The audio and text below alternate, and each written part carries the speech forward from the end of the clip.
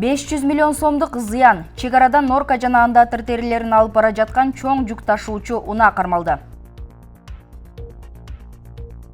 Ошто үй салган киши бир нече адамдын сөөгүн таап алды. Алардын баштары жок болуп чыкты. 7 ымыркай төрөлөрү менен вируска кабылды. Оштогу төрөт үйүндө эмне болуп жатат? Суранганда камчы өтмөкке сизден ким суранды айтып коюңузчу аты жөнүн. Кошоматчылыкты токтотуңуз. Уялчак депутат парламентте эмнеге кагуу жеди? Бийлик вируска байланыштуу кырдаал курчуду деп кайталоодо. Бишкекти жабууга канчалык эл чыдайт? 45 жылдан бери биринчи жолу кан төгүлдү. Индия менен Кытайдын ортосунда согуш күч алды. Си Цзиньпиндин сүрөттөрү өрттөлүүдө. Эл аралык уюм бул эки мамлекетти сабырдуулукка чакырууда. Толугураак баяндөөгө өтөбүз.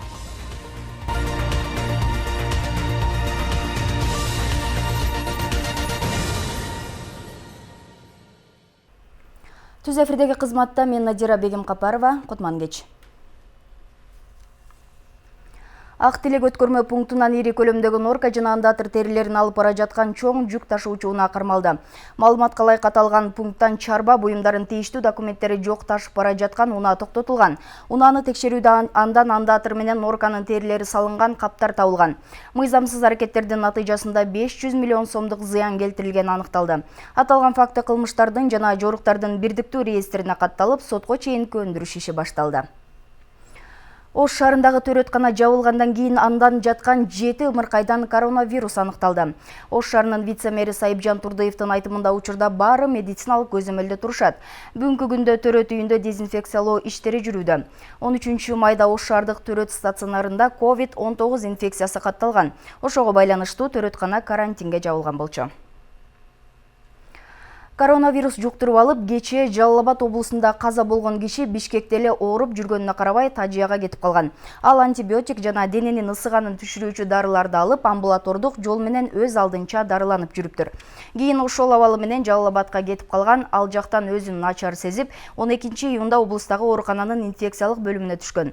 Реанимациялык аракеттерге карабай кечээ жүрөгү токтоп калды. Маалыматка караганда бейтап эки тараптуу пневмонияга кабылып, оорусу күчөп кеткен. Чынар Кичи базары менен Кыял базары жабылат. Бул тууралуу Бишкек шаарынын вице-мэри Татьяна Кузнецова билдирди. Учурда шаарда эпидемиологиялык абал дагы деле курч бойдон калууда. Ага байланыштуу базарлар, коомдук жайлар алдын алуу иштерин токтотпошу керек. Дене табын өлчөөчү термометр, санитайзерлер, нымдуу тазалоо, кардар менен кызматкерлердин жеке гигиенаны жана аралыкты сактоосу, бет кап, кол кап кийүү сыяктуу эрежелер сакталышы шарт. Санитардык нормаларды сактабаган экономикалык ишмердүүлүктөрдүн ээлерине айып салынып, ишмердиги убактылуу токтотулат. Соңку күндөрү вирус жуктургандар көбөйдү деген маалыматтын арты менен Бишкекти кайра жабуу менен карантин катууланат деген сөздөр тарап жатат. Эми биз симптому жокторду үй карантинде кармап, катаал режимде карайбыз дешет адистер. Өкмөт болсо арсар болууда. Анткени алар элдин реакциясынан кооптонуп жаткандай. Чектөөлөрдү киргизүү канчалык реалдуу? Эл чыдайбы? Кийинки сюжетте айтып беребиз. Бишкек коронавирус илдетинин очогу болуп калды. Бул Ак үйдүн 7-кабатында отурган Сооронбай Жээнбековдун сөзү. Кече бир күн ичинде 100 адам, бүгүн болсо 90 киши жугузган деп ызы чууга түштүк. Бул жаңылыктар арты менен кайрадан чектөөлөр кирет деген сөз айтылып, эл эмитен дүрбөлөңгө түшүп жаткандай. Жаңы ушу COVID-19 инфекциясын жугузуп алгандардын 90 учурун табылып, бүгүнкү күнү каттоого алынды. Калаада абал курчуду дешип, кала бийлиги бир катар соода жайларын жабууну улантууда. Бүгүн эле батут, ижарага велосипед берүү, жайма базарларды жапканы белгилүү болду. Ал эми шаар бийлиги өз убалыңар өзүңөрдө. Шаарды жапсак таарынбагыла деп коркута да баштады. Айтсак жаман көрөсүңөр, ишенбейсиңер, көңүл кош карайсыңар, урушсаңар да, чапсаңар да, тепсеңер да, эми тарынбагыла. Эл көп жүргөн базар, соода түйүндөр, ресторан жана кафелер, такси жана коомдук транспорт ээлерине акыркы каттуу эскертүү. Санитардык нормаларды сактабасаңар, жазасын аласыңар. Маска кийип, аралыкты сактагыла, колуңарды жууп тургула. Укпасаңар, ишенбесеңер, эми өз убалыңар өзүңөргө. Дагы күчөп кетсе, шаарды жабабыз. Ошол эле маалда премьерликке бекитилген Кубатбек Боронов чектөө болобу деген суроого азырынча андай план жок деген гана жооп менен чектелүүдө. Мындай жоопту депутаттардын суроолоруна жооп берип жатып айткан. Бизде 3 түрдүү божомол болгон. Азыр биз орточо оор баскычына келдик. Кырдаал көзөмөлдө. Бирок Бишкекте вирустун жайылышы күчөгөнү тынчсыздандырууда. Ошентсе да азырынча шаарда кандайдыр бир чектөөлөрдү киргизүү планда жок. 2 айлык карантинден кийин карапайым калк кадимкидей кыйналып кризиске кептелгени жашыруун эмес. Андыктан экинчисин эл көтөрө албайт дешет. Бирок муну сезген бийлик төбөлдөрү эмнегедир элдин реакциясын дагы эле сынап жаткандай сезилет. Анткени алдыда парламенттик шайлоо келатат. Ушул илдетти шултоолоп тынч өткөрүп алууну көздөп жатат дейт айрым активисттер. Бийликтин саясий чалгындоосу болушу мүмкүн шайлоого карата. Эгер шайлоонун алдында кайсы бир саясий иштерин кытмыр түрдө, жашыруун түрдө өткөрүп алабыз, шайлоону тынч өткөрүп алабыз десе, балким аларга дагы эле карантин ыңгайлуудур.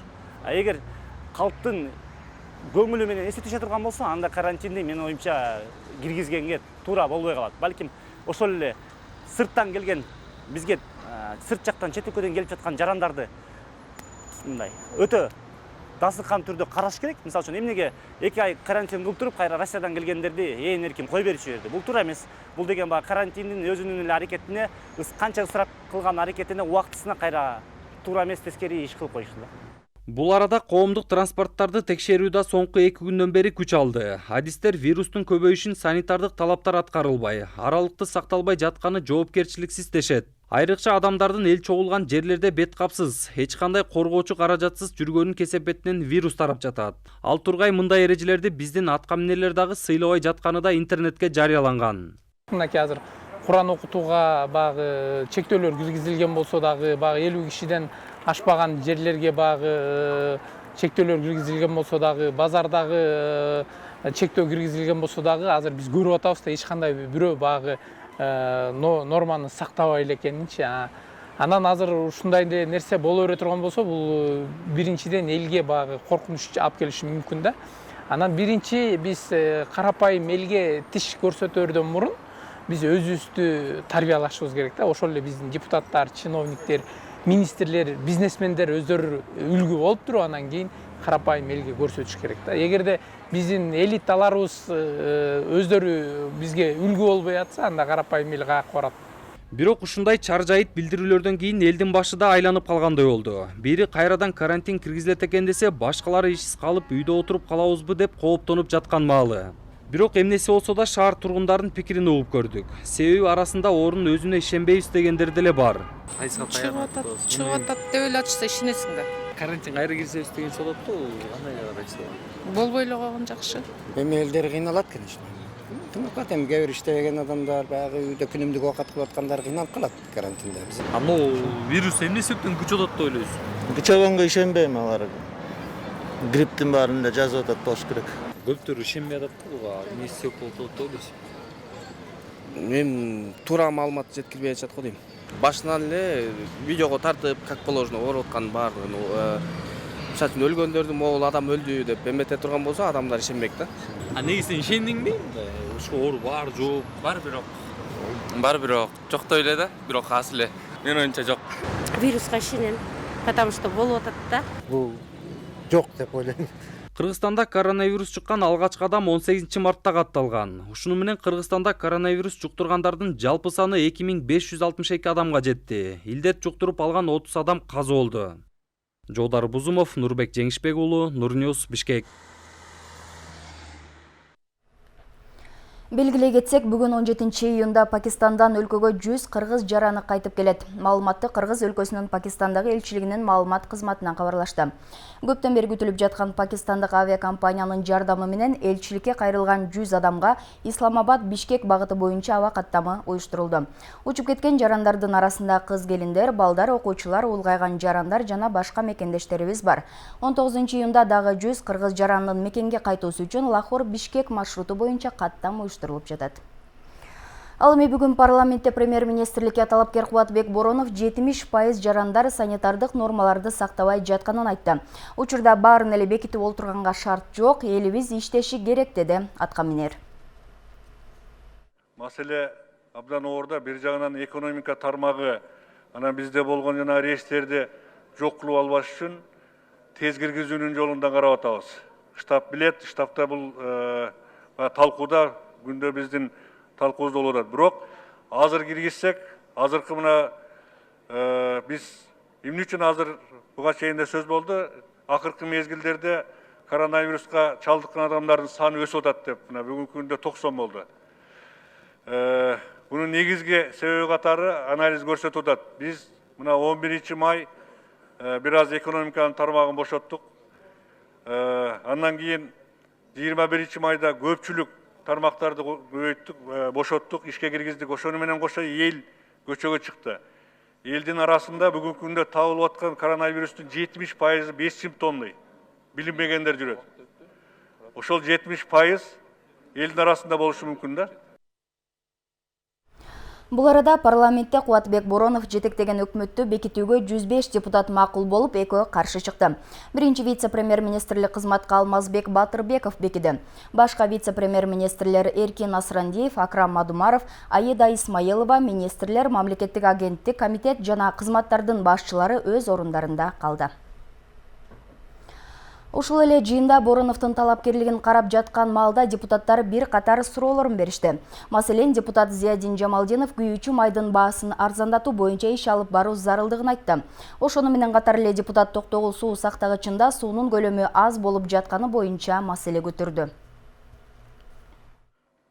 Мына ушул жерде Мухаммедкалый Дүйшекеевич өткөндө отчетто тапшырып атып, ушул жерде бензиндин баасыны түшүрөм деп вада берди эле. Мына азыр күнгө чейин бензиндин баасы түшкөн жок. Сиз ойлойм, биринчи кезекте ушул бензиндин баасын караштырып түшүрүңүздөр, сүйлөшүүлөр жүргүзүңүздөр. Экинчи, кумтөр менен тез арада чакырып сүйлөшүңүздөр. Мына бюджетке акча каражат жок болуп атат. Өткөндө да айтканмын. Сүйлөшүү жүргүзүп, ушул кумтөрдөн акча каражатты алыңыздар. Ал эми депутат Төрөбай Зулпукаров шайлоону таза өткөрүү өкмөттүн негизги милдети болушу керектигин айтты. Бир дагы партияга басым көрсөтпөстөн иштеп кете аласыздарбы деген суроого мындай жооп болду. Баары күтүп аткан нерсе бул быйылкы саясий тарыхый бир шайлоо тандоо жакшы мыйзамды өткөрүшүңүздөр керек да. Анан кырдаал коом кичине өзгөргөн. Кээ бирлери мисалы үчүн ошол шайлоодон кийинки баягы кырдаалды күчөтүү, өздөрү мисалы үчүн кээ бир саясий күчтөр келечекте көзү жетпей туруп, анан кийин саясий кырдаалды күчөтүүгө дагы аракет кылышы мүмкүн да. Ошондуктан кандай болбосун, кандай оор болбосун, сиздер акыйкат чечим менен аткаруучу бийлик өзүңүздөрдүн жумушуңуздарды мыйзамдуу аткарсаңыздар жакшы болот да. Анан буга сиздер даярсыздар да, туурабы? Бир дагы партияга мындай басым көрсөтпөстөн иштеп кете аласызбы? Алмазбек Батырбекович менен сиз экөөңүз айтып койсоңуз. Устраивать эткен жакшынакай мындай таза шайлоону өткөрүп берүүнү камсыз кылуу өкмөттүн негизги тапшырмасы деп белгиледи. Башка кабарлардан жаза аткаруу боюнча мамлекеттик кызматы камактагы Эмилбек Кимсановдун сабалганы тартылган тасманы каттоого алып, кылдат текшерүүнү баштаганын билдирди. Тасманы жайлатып көргөн учурда ал тартылган жер Кимсанов олтурган абакка окшошпогону байкалды. Тасмада кишилердин жүздөрү даана көрүнгөн эмес. Бул тасма фейк болушу мүмкүн деп жазылган. Мамлекеттик бажы кызматынын мурдагы кызматкери Эмилбек Кимсановдун адвокаты Назгүл Сүйүнбаева өзүнүн кардары абакта сабалып жатканы тартылган видео колуна тийгенин кабарлап жарыялаган. Бұл арада дал ушул Кимсановдун сабалышы боюнча депутат Дастан Бекешев да суроо берди. Парламенттеги жыйында эл өкүлү Чорныйлар деген кылмыштуу топтун өкүлдөрү бийликтин мыйзамдарында сакташы керек деген пикирде абактардагы ушундай көрүнүштөрдү сындады. Туура. Азыр казак тарап айтып атышпайбы бизге? Бизден контрабанда кетип атат. Ошону дагы көтөрбөйсүзбү бул маселени? Электрондук негизинде кылса болот да көзөмөлдөн. Туура. Туура айтасыз, жакшы сунуш, жазып алайын, деп атабыз, иштейбиз бунун үстүнө. Кече видео тасма жарыя болду да. СИЗО бирде Эмилбек Кимсанбаев мурун бажы системада иштеген. Ошону сабап, эми бирөө чара көрүш керек да, андай болбош керек. ГСИНде дайыма эле ушундай болуп аткан. Биз ОПГны жоймончо ушундай боло берет да. ОПГ бийликти, мамлекеттик бийликти сыйлаш керек да. Ушул бир мыйзам долбоорду МВД чыгарган ОПГшниктер боюнча качан ушул алып келет? Сиз карап көрөсүзбү, Кубатбек Алчевич? Мүмкүн сентябрда биз 3 окуудан ушуну өткөрүп көрөлү. Биз бүгүн эле тактап туруп сизге айтайын эмесин жообун. Айтмакчы, өкмөт башчылыкка сунушталган Кубатбек Боронов программасын угуп жаткан маалда депутат Камчыбек Жолдошбаев жумушу көп болгон өкмөт мүчөлөрүн кармай бербей, эртерээк жыйынды токтотолук деген да сунушун билдирди. Бирок Рыскелди Момбеков кесиптешинин жагалданып сүйлөп жатканын жактырбады көрүнөт, айтоор экөө айтыша кетти. Сиз голосование коюп, обедке чейин сүйлөп бүтүрөлү дагы калган ишти булар кетирип, анан өзү эле законопроекттер көп. Азыр бүтпөй атат. Элди касканактап жүрөт. Мүмкүнчүлүк болсо, урматтуу депутаттар, шуну көңүл буруп койсоңор, голосование коюп карап көрүңүзчү. Рахмат. Урматтуу кесиптештер, ушундайды токтотпойк да сурангандан Камчыбек байке сизден ким суранды айтып коюңузчу аты жөнүн. Кышында бир жолу уят кылдыңыз, жогорку кеңештин барынча балдар үшүп атып кетет депчи. Эмне балдарыңыз ысып атабы кетейин дегенде. Эми мактагандар сүйлөсө, сындай тургандарга да сөз бергиле да. Качанга чейин Абылгазиевди кошомат кылып жүрүп кетирдиңер го. Ким айтты? Айтсын өздөрү, алардын озор. Сизден суранган жок. Токтотуңуз кошомат кылганды. Картайганды ушу калы сөзүңүз айтып, алы сөзүңүз айтпай. Токтотуңуз болду. Рахмат. Табышкы кой.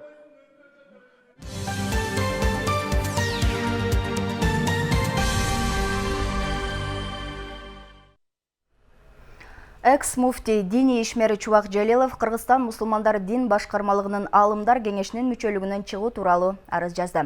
Жалилов мүчөлүктөн өз ыктыяры менен чыгып жатканын билдирип, анын себебин так көрсөткөн жок. Буга чейин социалдык тармактарда Чубак Ажы Жалиловдун парламенттик шайлоого баруу ниети тууралуу маалымат тарап, бирок дин мамлекеттен ажыратылгандыктан кайсы бир диний бирикмелердин кызматчылары шайлоого катыша албай тургандыгы белгиленген. Башка кабарлардан Ош шаарында турак жай салуу үчүн жер казып жаткан жаран бир нече кишинин сөөгүн таап алган. Маалыматты шаардык милициянын маалымат катчысы Замир Сыдыков тастыктады. Окуя Южный Кичи районунун Жамбыл көчөсүндө болгон. Аталган көчөдө жергиликтүү тургун турак жай салуу үчүн котлован казуу иштерин жүргүзүп жаткан. Бул учурда ал жер алдынан адамдын сөөгүн таап алган. Учурда соттук медициналык экспертиза дайындалып, иликтөө иштери жүрүп жатат. Болжол менен 6 кишинин сөөгү табылган, баарынын баштары жок экени айтылды. Сөөгтөрдүн арасында маркумдардын кийимдери жана бут кийимдеринин калдыгы да кошо чыккан. Ал эми бир баштыкта адамдын колунун манжаларынын сөөгтөрү да болгон. Индия менен Кытайдын ортосундагы жаңжалдан улам Индиянын 20 аскери каза болду. Бейжин болсо кайрадан чектөөлөрдү киргизүүдө. Кытайдын башка аймактарынан келүүчү туристтик топтордун Пекинге баруусуна тыюу салынат. Дагы дүйнөдө эмне кеп кийинки материалда. Индия менен Кытайдын ортосундагы жаңжалдан улам Индиянын 20 аскери каза болду. Жоокерлерди сабап өлтүрүшкөн деген божомолдор бар. Ошол эле учурда индиялык басылмалар эки тарап тең жоготууларга учураганын, бирок Кытай армиясы өз аскерлеринин курман болгондугун жазбай жатат деп белгилешүүдө. Азыркы учурда эки өлкөнүн коргоо министрликтеринин өкүлдөрү чыңалууну басаңдатуу максатында жыйын өткөрүп жатышат. Ал эми Кытай тарап Индияны мамлекеттик чек араны бузду деп айыптоодо. Казакстандын парламентинин мажлис төрагасы Нурлан Нигматуллин вирус жуктуруп алды. Маалыматка караганда ага илдеттин жеңил түрү жуккан. Ошол себептүү учурда оочолонуп, бирок аралыктан иштеп жатат. Ошондой эле анын ар бир жыйын алдында вирустан тест тапшырып жүргөнү кошумчаланды. Бүгүнкү күндө Казакстанда вирус жуктуруп алгандардын саны 15 миңден ашып, алардын ичинен 88 киши каза болду. Пекинде вирустун кайрадан жайылуусуна байланыштуу эки эл аралык аэропорттогу 1255 каттам токтотулду. Ошондой эле вирустун жайылуу коркунучуна байланыштуу Пекинде бардык мектептер жана университеттер жабылды. Кытайдын башка аймактарынан келүүчү туристтик топтордун Пекинге баруусуна тыюу салынды. Эпидемиологиялык коркунучтун деңгээли жогору болгон аймактардын жашоочуларына шаардан чыгууга тыюу салынды. Михаил Саакашвили Грузияны кантип өзгөрткөнү тууралуу блог жазды. Грузиянын мурдагы президенти Саакашвили Foreign Police журналына Америка Кошмо Штаттарынын полиция кызматын кантип реформалоо керектигин сунуштаган. Офицерлер паракор, баңгизат, курал-жарак сатып, коррупциялашкан саясатчылар менен бизнес элитаны калкалап турчу деп белгилейт ал. Полициянын өзүнүн негизги милдети болгон элдин коопсуздугун камсыз кылбай, элге каршы иштеп жаткан эле деп белгилейт. Кылмыштын саны 66% азайып, Грузия дүйнөдөгү коопсуз өлкөлөрдүн башкы сабына чыкты. 2013-жылы бардык мамлекеттик органдардын ичинен дал ушул ички иштер министрлиги алдыга узуп, элдин 87% ишенимине ээ болгон деп белгилеген. COVID-19 дүйнө боюнча 8 миллиондон ашуун адамга жукту.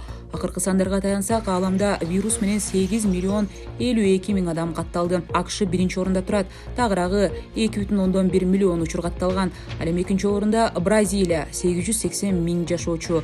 Ал эми үчүнчү сапта Россия турат. Вирус жабышкандардын саны 536 миңден ашып кетти.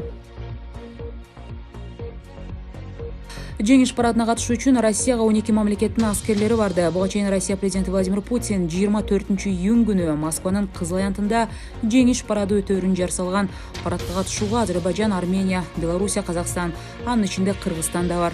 Мындан тышкары Кытай, Молдовия, Монголия, Сербия, Тажикстан, Түркмөнстан, Өзбекстан мамлекеттеринин делегациясы барат. Кызыл Аянттагы парадка 13 миңден ашык аскер катышат. 200дөн ашык заманбап жана аскер техникалары тартылмакчы. Бұл арада Америкалық киноакадемиянын Оскар сыйлығын тапшыруу 2 айга жылдырылды. 93-чү жолу уюштурулуп жаткан салтанат 2021 жылдын 28 февралында адаттагыдай эле Лос-Анджелесте өтмөк. Бирок эми 25 апрелге которулду. Себеби пандемия жылдын аягында чыгат деген жаңы фильмдердин үстүнөн ишти токтото турууга аргасыз кылды. Уюштуруучулар жарышка катышуу мөөнөтүн кийинки жылдын февраль айына чейин узартты. Номинацияга илинген фильмдер 15 марттан тартып жарыяланмакчы, бирок азем кадимкидей өтөрү же виртуалдык болору азырынча айтыла элек. Нур каналынын урунтуу кабарлары мына ушулар болду. Биздин жаңылыктарды интернеттеги баракчалардан да көрүп турууну унутпаңыз. Даректерди экрандан көрүп турасыз. Амандыкта учурашалы.